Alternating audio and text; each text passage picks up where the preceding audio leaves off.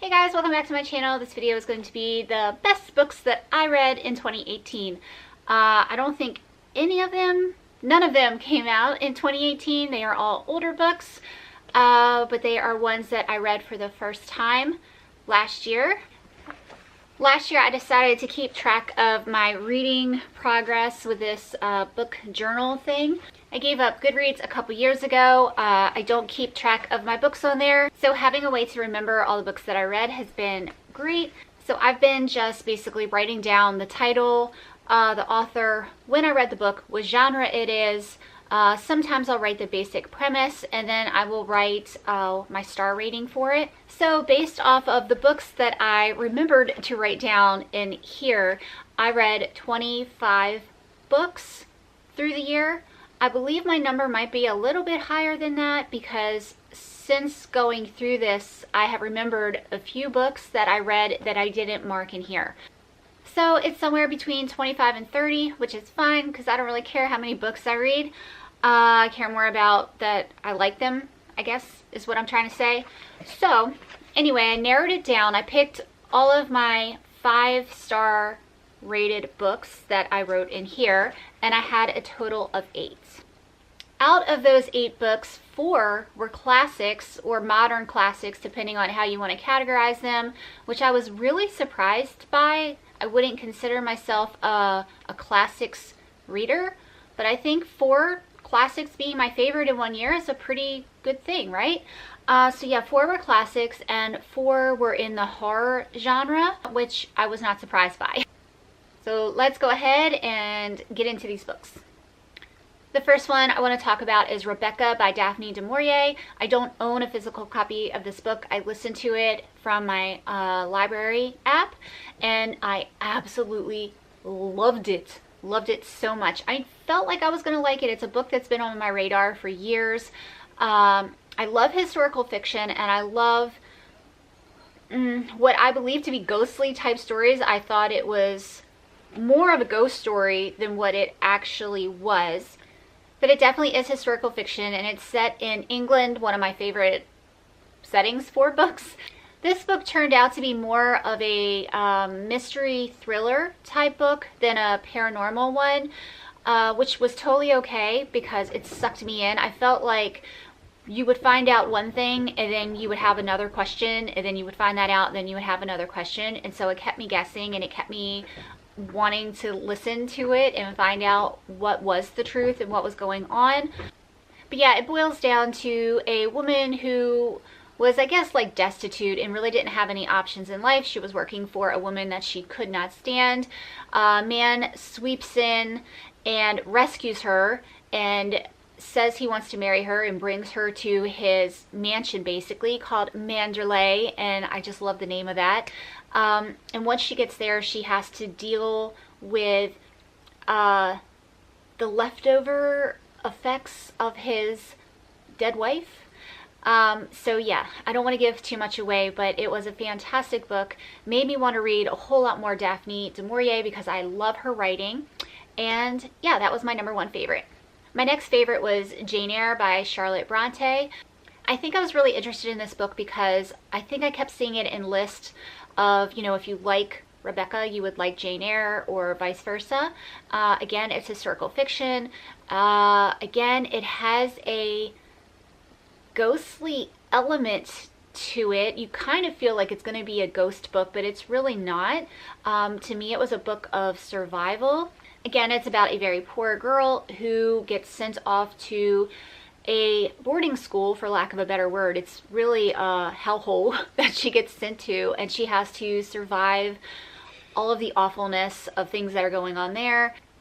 She ends up leaving there to go work for a man, I guess to be a nanny type person, and take care of the household and the children. And again, she's dealing with the leftovers of the former wife. So yeah, this one is kind of a mystery thriller as well, as you're trying to figure out what the heck is really going on in this household. There's a lot of struggle. It can be pretty sad at times, but I found it really enjoyable. I didn't think it was slow or boring. So yeah, I just really liked it. So that was my second favorite. My next favorite is another classic, and that is Fahrenheit 451 by Ray Bradbury. This one might be my #1 favorite of the year. I was really, really surprised with how much this book sucked me in. This one is about a dystopian world, or set in the future, where books are not allowed. Basically anything written down is not allowed. They don't have magazines, anything like that. And there are the firemen who go around, and when they find books, they burn them. I feel like this is a book that gives you a whole lot to learn from. It definitely should be one of the required books that you have to read in high school, in my opinion. Oh, and I think the writing was very poetic, which is the type of writing I really love. Ray Bradbury is a very poetic, whimsical type writer, and I really enjoy that. So yeah, it definitely makes me want to pick up basically everything from Ray Bradbury, because this book was absolutely fantastic. The next one, we're getting into the horror, and that is Bird Box by Josh Malerman. I listened to this one as well through my library app. And this one is one of the first books that I've read in a while in the horror genre that actually made me feel anxious, very anxious. It's one of those books that makes you hold your breath when you're reading it while certain scenes are going on, and those are my favorite kind of books. Everybody knows it's been made into a Netflix movie, which I have seen, and I gotta say, I much prefer the book to the movie. The author had an amazing script.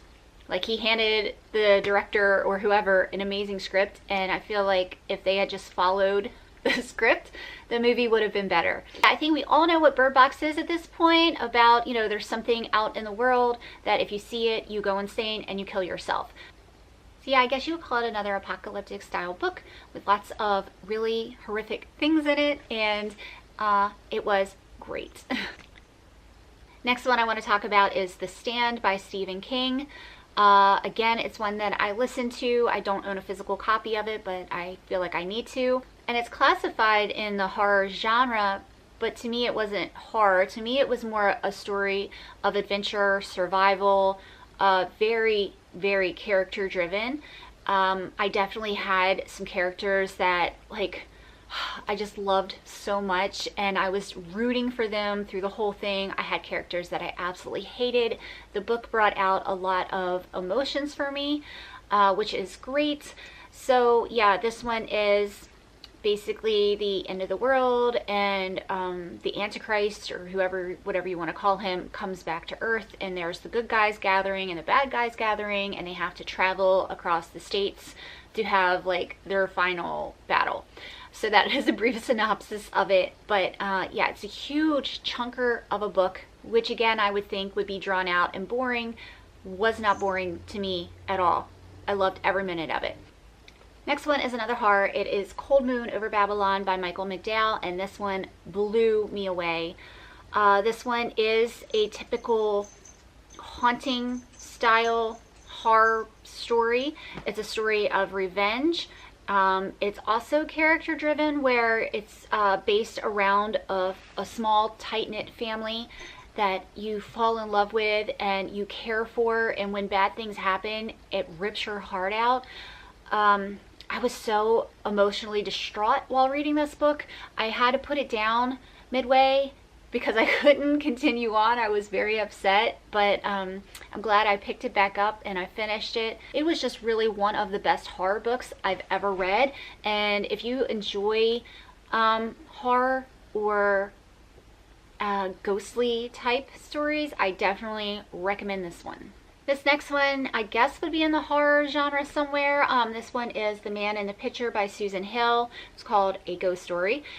This one is a very short book, and I read it for a readathon because it was so short, and I'm so glad I picked this up. Susan Hill also writes The Woman in Black, which again is one of my favorite books. This one is about a portrait that is set in Venice during like a Mardi Gras type of party, and mysterious things happen to certain people and they end up in the painting. And I don't want to say anything else about it because it is so short. If I say too much, I'm really giving away the whole story. But this one, again, kept me on my toes. I was very invested in the characters. It was very gripping. Wonderfully written. I love her style of writing. Totally recommend this one. You have to read this one. And my last favorite is going back to classics, which I think this one is a modern classic, but I'm not really sure. And that is The Magician's Nephew by C.S. Lewis. This is one of the books and part of the Narnia Chronicles. I've never read the Narnia Chronicles before, but I wanted to pick it up in December because of like the winter vibes of Narnia. And I was really surprised by it. I never know what I'm going to think of a book when I go into it. If it's more of a middle grade type of story, they can be iffy for me, but I really enjoyed this one. It gave me the feels of like Harry Potter, or how I felt when I was reading Harry Potter, with kids that are basically sucked into this other realm, and they have to deal with the craziness that's going on there, and then there's a crazy uncle, and there's magic, and there's a witch, and there's a lion. It was a very magical read, a very perfect read, and I'm totally looking forward to reading all of the rest of the Narnia Chronicles. Okay guys, I hope I didn't ramble on too long. I didn't want this video to be very long, so I'm sorry about that. But yeah, those are my favorite books of 2018. Let me know down below if you have read any of these books, if any of these are your favorites as well. I would love to know. I'd love to chat about it. I hope you guys have a great 2019, and I will see y'all soon. Bye.